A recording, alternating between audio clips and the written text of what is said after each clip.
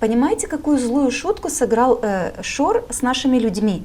Он показал, что нам достаточно пенсионерам, некоторым категориям людей из публичной сферы раздать по 2000 лей в каждый месяц, и все. Люди будут молчать, люди не будут задавать никаких вопросов. Вы там, Народное собрание, исполнительный комитет, делайте, что хотите. Мы туда не будем лезть, мы не будем спрашивать, не задавать вопросов не будет.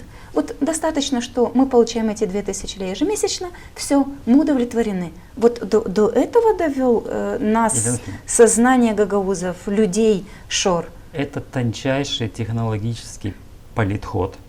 И поверьте мне, это очень точно рассчитали те политтехнологи, которые с ним работали, с Илоном Шором, что человек по своей сути, тем более гагаузы, они очень благодарны. Да? Вот, когда человеку, ты идешь кого-то попросить в долг деньги, и тебе дают, когда вот действительно горит, ты вспоминаешь этого человека с большой благодарностью, возвращаете деньги. Тебя выручили, когда тебе было сложно. А когда тебе дали, еще даже не просят назад, то ты вообще считаешь, что этот человек... Ну, как сказать, не просят назад вслух, а забирают назад не сегодня и не завтра, а вчера забрали то, что дают сегодня.